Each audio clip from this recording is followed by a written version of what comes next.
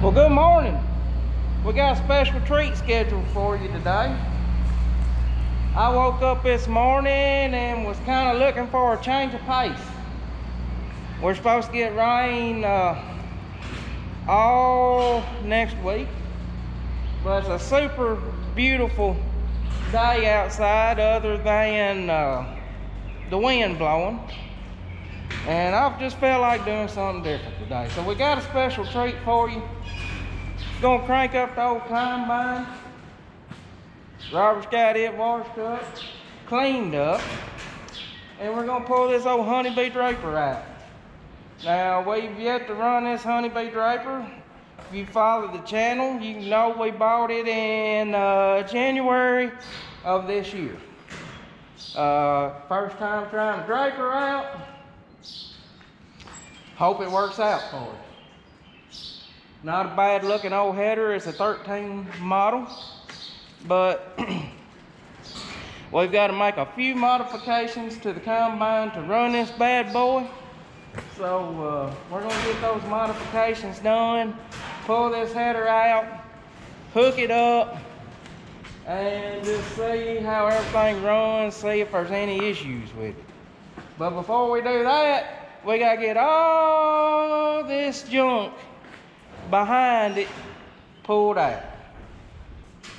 Never build a narrow, deep shop. No matter what you want, there's always going to be something in front of it that you got to pull out the way. You got to pump it real good. Pump, go up. Let's get on the old 4230 here with the brand new hydraulic pump.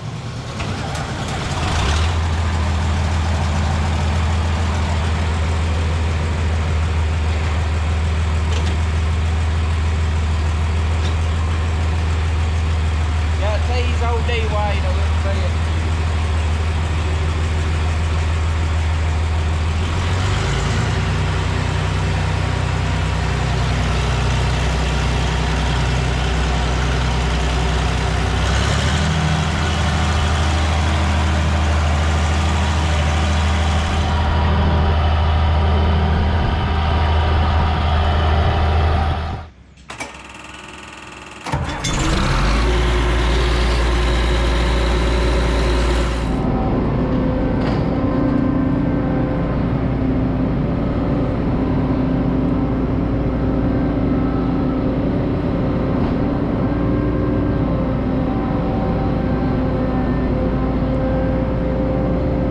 Little known fact, you can use your combine as a bulldozer.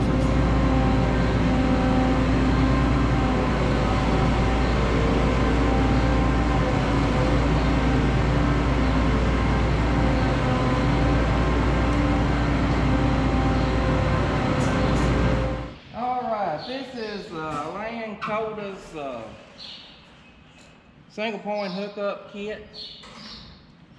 It's a conversion kit to convert these older combines to a single point hookup.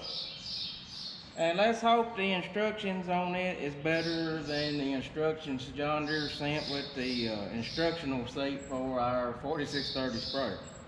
So what we got to do, I got to measure from this bracket down here 37 3/8 inches. And make a mark. And then we're going to take our bracket for our multi-point hookup here.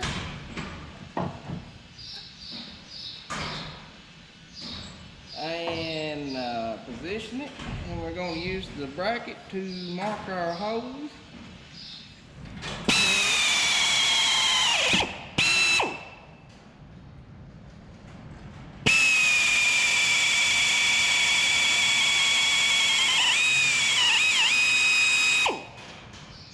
You gotta use a 7/16 on these bottom ones. Out of all the bits I've owned over the years, I like these step bits about the best out of anything. Go to Harbor Freight and buy the good brand, them Hercules, but they last better than anything I've used You know, they're tapered, so you're kind of drilling a pilot hole as you go. They're not the greatest on thick stuff, but I have used them on thick stuff. I just like them.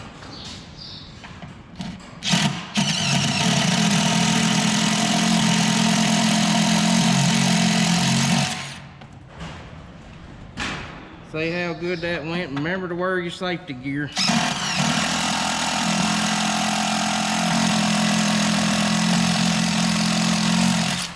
Wow.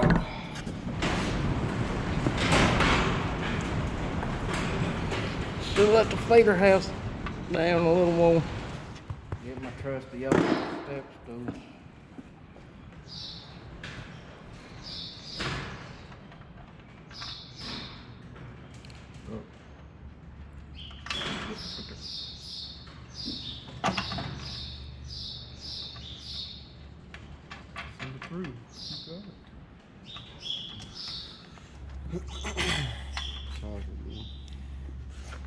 So this is a 13, just guessing.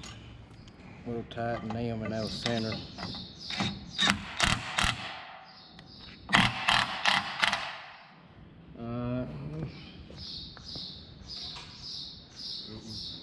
I guess they don't make it real clear.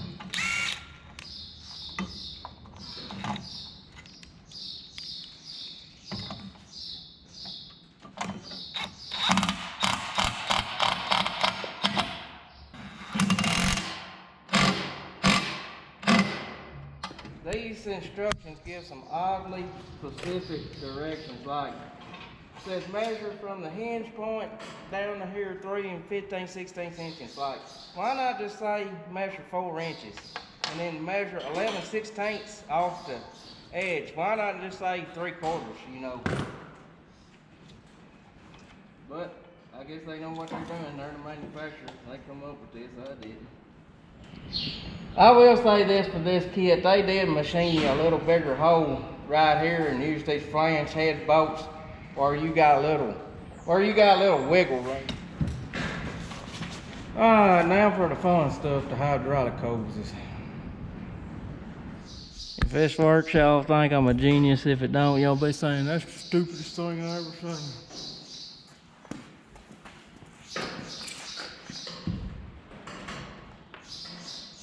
Just hit it square. Keep your eye on the prize. A few practice swings up. These daggone lines are flexing and ain't letting us be able to give it the full. You know, you can't put out on them until you start twisting lines. We're gonna shove this over 2x4 up in there and see if it won't help. The closer I can get it up to the point of the line where I'm turning, the better it will be. Make sure that's up there on the back good. Loosen it up a moment. Oh. I swear. This was supposed to be an easy dirty job. Give me that torch back, I guess we'll kill ourselves.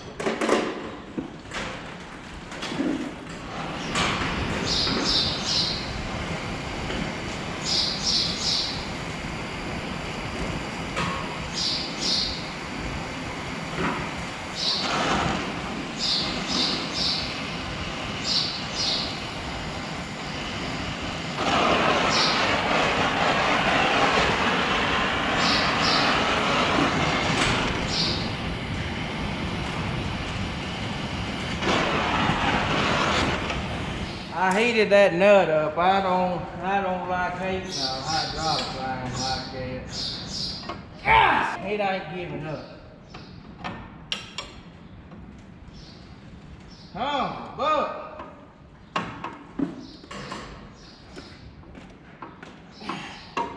can't even joke it to get it to break loose.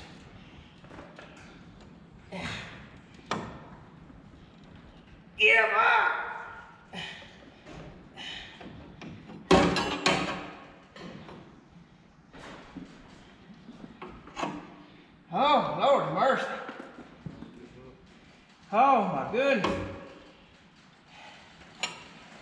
of the tougher ones I've done in a while, boys and girls.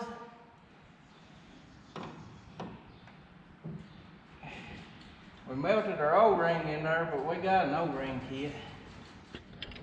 As you can tell by the hydraulic oil on his arm and the mess in the floor. This is a job you're gonna want to do at the end of the day, guys. You ain't gonna want to do this first thing in the morning, unless you just like wearing hydraulic oil. So basically what he had to do was disconnect the original lines and put these T's in it. And you gotta undo this bracket, these two brackets where you can get, you know, flop these lines around. These T's just tee into our existing lines and they run new lines down here to where our single point's gonna be. I just wonder how they come up with these T's was gonna be the best way to do it. Me and Dylan don't know why they just didn't do away with these original lines and just give you the T's and new hoses. Oh, you wouldn't even have to have a T, you just have to have you a new. Well, they could have just made the new the line. They could have just made the new line screw directly into these. Yeah. I didn't even think about that. I didn't pay attention. No, that wouldn't have worked because you got one line right here. They got it fixed where you can't hook it up backwards. The reason they did this though, put these T's in here, is if we still want to run a combine, a header that uses multi-point hookup, we can still run it. So we can run a header that has single point hookup or a header that has multi-point hookup. If everything works out like it's supposed to, I don't ever plan on running a multi-point header again, but y'all know how that goes. And one thing about it, if we ever, I think this kit's good up through at least the 50 series combines. If we ever trade combines, we may Yank it off. yank this off, or we ain't got to spend $2,100 again. If we had converted our header to multi-point by the time you had all the hydraulic hoses made, we probably wouldn't have been in that much money, but we'd have been pretty dang close probably. Alright, I got one more line to tighten up, and then when we was putting all this, when we was trying to get this line apart, we bent this bracket, so I'm gonna get a block and a bar and bend this bracket up like it needs, back straight like it's supposed to be. And at which point we'll be ready to move on to the next step. Alright guys, I've loosened this fitting up right here. This goes up to our variable speed pulley. And when you're shelling corn, this allows you to speed your corn header up and down to match your ground speed. Say you're shelling some really dry corn and it's shelling out on the header, you can slow your header down, or them mirrors ain't hitting your deck plate so hard.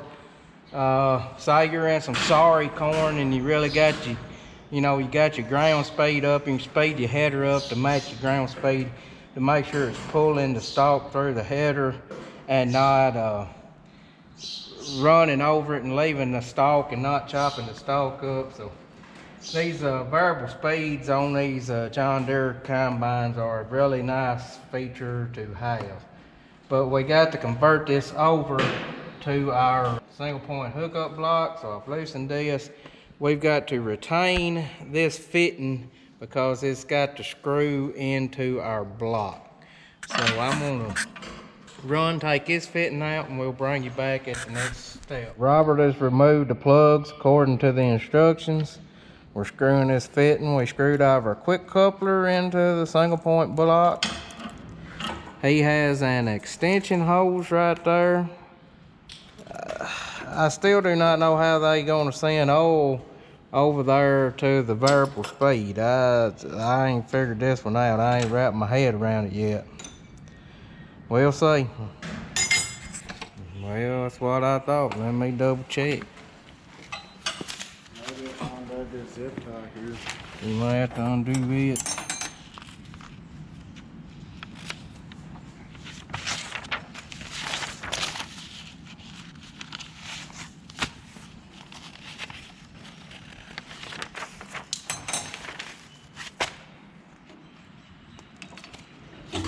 I hate trying to figure out instructions.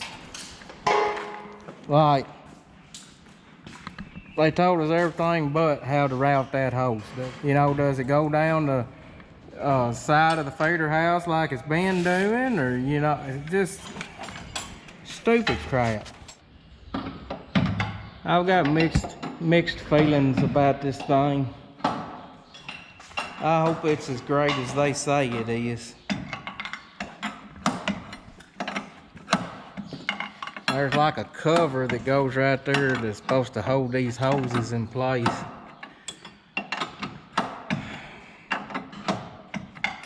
This hose right here is your real supply line.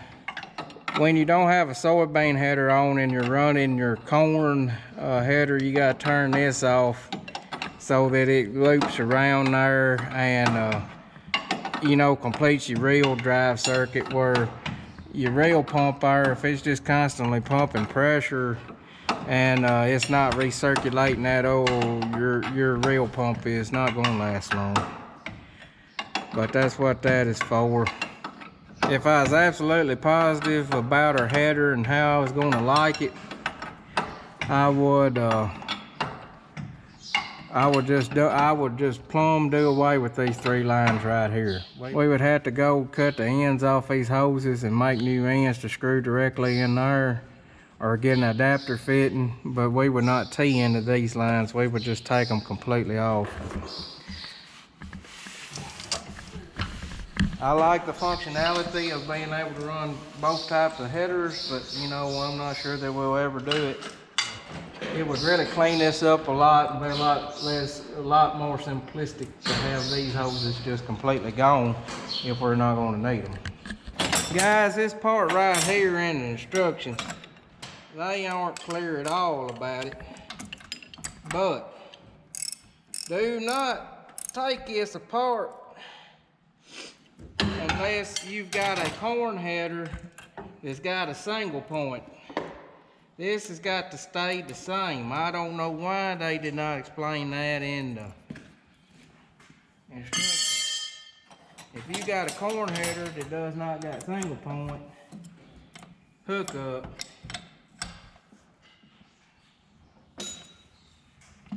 you'll bring this hose on you. Let's see, let me get them untangled. You'll bring this hose right here around on you feeder house and hook them up the way you always have, like that right there, to speed your feeder house up and down. So unless you got a corn header that's got a single point hookup, do not do this step right here. I don't know who writes these instructions. I guess they're writing them for somebody who's done it 100 times, because they sure do not go into any detail at all. I think they make it vague as possible, where you got to bring it to them to do it. All right, let's get this cover on. We got to drill one more hole, and we got to tie these brackets right here, and we should be ready to pull that header out. Hey, here we are towards the end of the installation, guys. The only thing I haven't showed is this shield right here. It kind of keeps these hoses down this side of the feeder house, holds them in place. I ain't particularly crazy about how these hoses come over here and then go down, but that's the best way I can make them lay in there the way I wanted them to. Well, there she is, guys, the finished project. Got our lines tied up here, got their new bracket. I didn't like how they done it. I kind of modified it, what I had, and to get it the way I liked it. The way they had it, these 2 steering lines was up here almost rubbing on these lines. I really don't understand their thinking. So as usual, I done old Dylan Joyce modifying to put it the way I wanted to put it.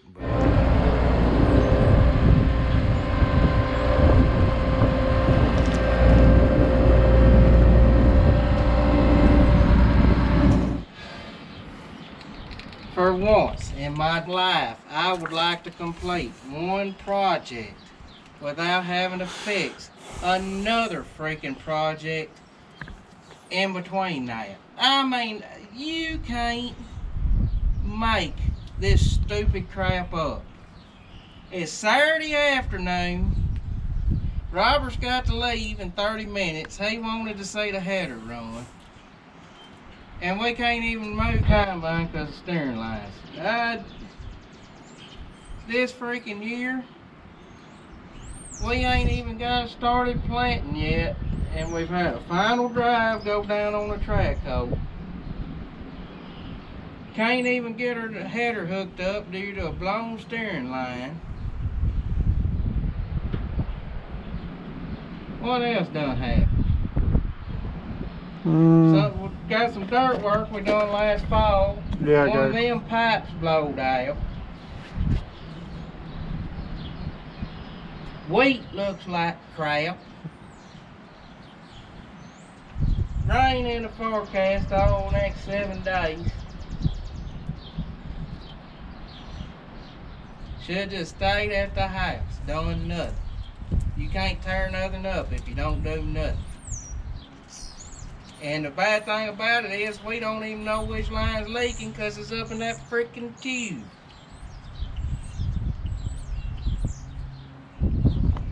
Well, I'm back. Kind of let my old temper get the better of me there.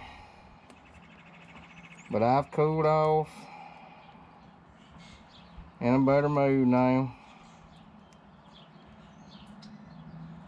I said some of that stuff jokingly, but it is, I mean, I am, but there is some seriousness behind it. I mean, we hadn't really done a lot in 2023 yet. And just already had problems. Sometimes it feels like the harder you try, the more things go wrong. We've worked all winter and I don't feel no closer to being ready than when we started. I guess it's gonna get to the point that we just gotta work 24/7, 365. You know, a man would kind of like to do something he enjoys every now and then and not have to work all the time to get what you need done. What's aggravating though is we try to do things the right way. We try not to cut corners. We try to do things right. We don't go out here and trade a bunch of equipment just for the sake of trading. Try to work on what we got and do all this. And then it just gets to a point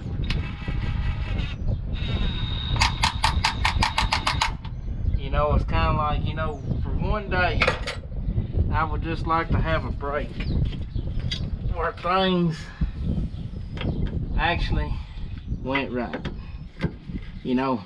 And dare to say, you know, how cool would it be to have a whole week where everything went right and you didn't have any trouble? How awesome would that be? Walk over here and pick my hat up. I don't know why I even wear a hat sometimes. You get in there working, all it does is want to fall off. Don't know why I wear sunglasses. Normally when I wear them it's cloudy. They're covered in hydraulic oil right now. Can't see squat. I'm debating on just running this header back in the shop and going home. Be done with it.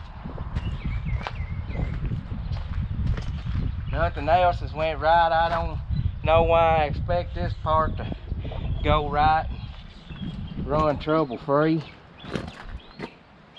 I tell you, I'm in one of my just rare moods. I am just ticked. I could bite through nails right now. I am gonna pick this header up. Attempt to pick this header up. And when we get it picked up and level, we're gonna check our hydraulic oil in it. Cause right now it's running downhill. When we get a level, we're gonna check our hydraulic oil. Knowing me, I know we're gonna have to put hydraulic oil in it. I don't have a doubt in my mind, because you know, again, that would be easy. So let's crank this piece of scrap iron up and pick his header up. Well, I can tell you the first thing we're gonna have to do, and that is go get some lift cylinders off of 9600. Second thing we're gonna have to do, put some air in the tires.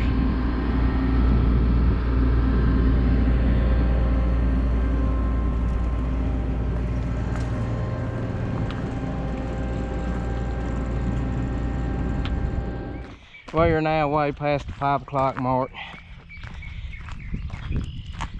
The reservoir, hydraulic reservoir, is full of hydraulic fluid. You're gonna have to add bigger lift cylinders off of 9600. And before you go to hollering, well, you're gonna have to change the pump. No, a 94, 95, 9600 all has the same hydraulic pump. So all we gotta do, go Saxton, get some lift cylinders off of 9600. A 9600 was capable of lifting a 12-row head. Really thought it'd pick it up. It surprised the heck out of me that it would. I mean, it's almost there. It's all but picking it up, but it just won't get that last little oomph. PTO shaft here, it's too long.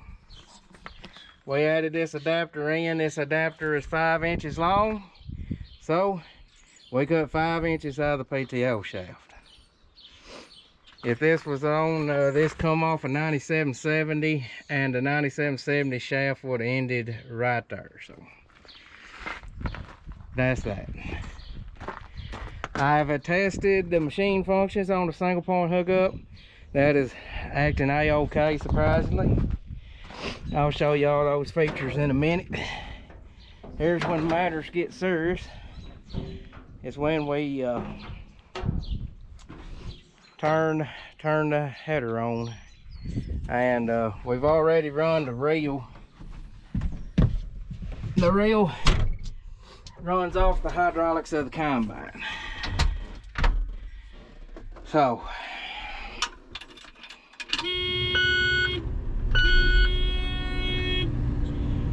let our combine idle a minute here. Then we're gonna rev it up. Now I want you to watch what the header does.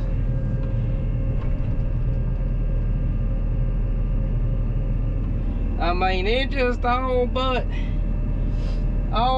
picks it up.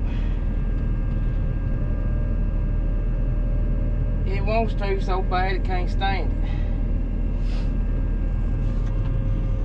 But alright, let's scooch back up here.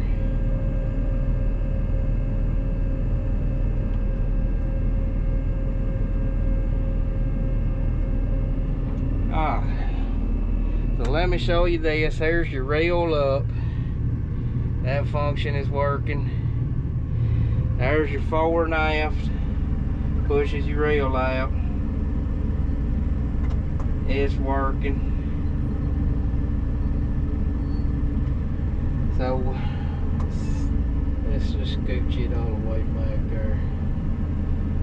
That just leaves one thing, and that is the header drive. So let's see what blows up. Look at that. Hallelujah. Something went right.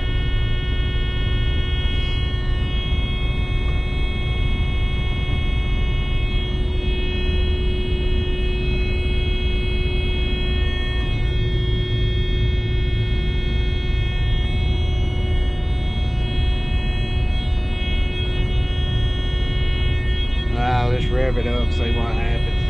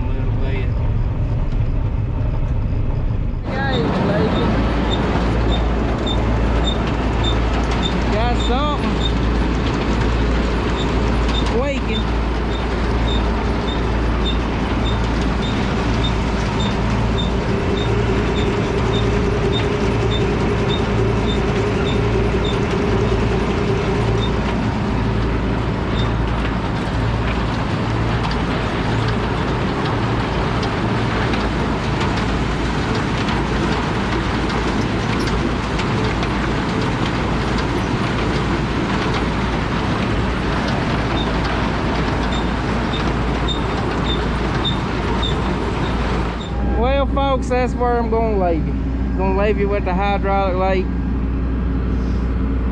But other than that, yeah, it is operational. It is operational, so. But, you know, we're further ahead than where we was this morning. Because this morning we didn't know, we knew absolutely nothing about it. Well, it's Sunday afternoon, I'm down here at the shop. I really don't want to be, but we just got so much to get done that felt like I needed to be down here doing something. All right, see if I can get this thing on.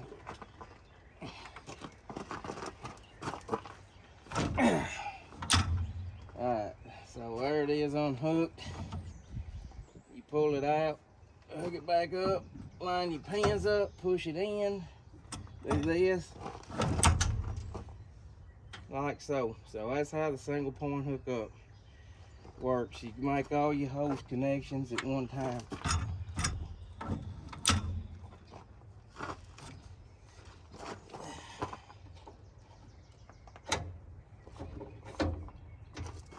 Now, alright, when I get the PTO shaft undone, I'll pick it up, pull my pins out, and set this sucker off.